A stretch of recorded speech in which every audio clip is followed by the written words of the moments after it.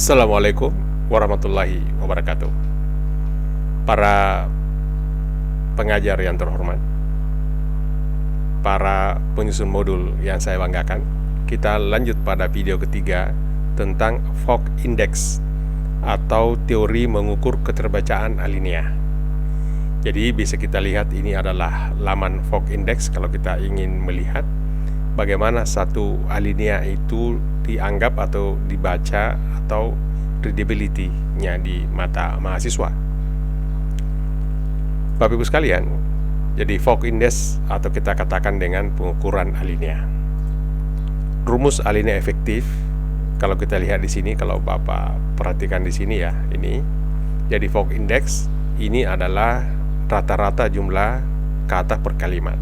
Kemudian K3 ini adalah jumlah kata bersuku kata minimal 3 atau lebih, baru nanti dibagi 2,5.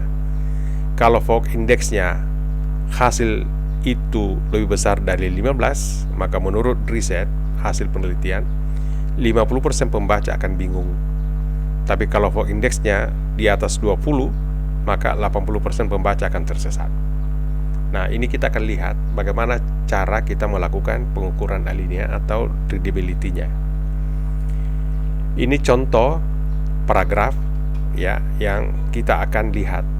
Nah, kita perhatikan kalau kerangka ini terdiri dari 3 suku kata, kerangka. Kualifikasi, kualifikasi. Jadi 1, 2, 3, 4, 5 ini 6 suku kata. Tapi kalau standar 2 suku kata.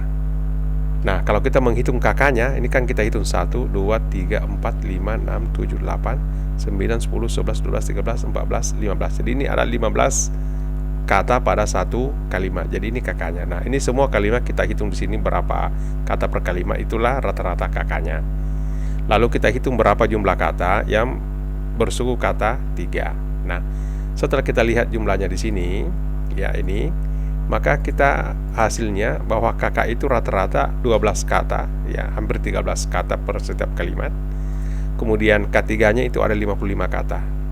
Nah, berdasarkan teori, FE-nya ini adalah 26,97.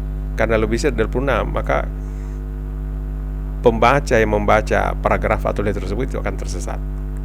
Karena itulah, alinea itu kita buang sebagian kata yang menurut kita kalaupun dihilangkan tidak menghilangkan makna kalimat itu. Jadi kita bisa membuang kata-kata atau frasa ya yang kita tidak perlukan seperti ini. Lalu kita hitung kembali. Ya, ini seperti ini jadinya. Ini semakin berkurang ya, dan dibacanya juga akan tetap seperti itu karena kalimat kata atau frasa yang kita buang tidak menghilangkan makna. Lalu dari sini kita sudah menghadapkan hasil kakaknya 9,67, K3-nya 45, hasilnya Fogg Index-nya masih 21. Artinya pembaca masih tersesat. Karena itu yang tadi ini masih kita harus buang lagi. Kata yang kita tidak perlukan tidak perlu lagi kita lakukan. Tidak perlu kita simpan lagi, kita buang aja atau kita hapus. Jadi dari sini baru kita sudah bisa melihat ternyata ini sudah 15,75%. Nah, hasilnya itu artinya dia bingung karena dia di antara 15 dan 20. Jadi pembaca akan bingung. Karena itu paragraf tadi kita kurangi lagi. Kita buang kata-kata yang kita anggap tidak perlukan, ya.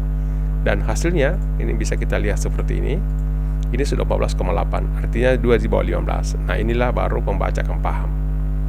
Jadi Bapak Ibu sekalian, mungkin pertanyaan mendasar sekarang adalah kalau satu modul itu ada ratusan alinea, kalau kita ingin menghitung Fogg Index yang seperti ini, kan kagok kita. Iya, memang kalau semuanya akan kita hitung. Fogg Index ini kita uji coba, kita sampling. Kenapa? Agar kita sebagai penulis itu bisa mengetahui sense of writing kita, rasa menulis itu. Kan sama dengan orang naik sepeda kan. Pada hari pertama masih jatuh-jatuh gitu kan, luka kiri kanan, 2 semakin cepat, semakin bagus. Hari ketiga semakin bisa naik sepeda. Lama-lama sudah tidak perlu pegang stand itu.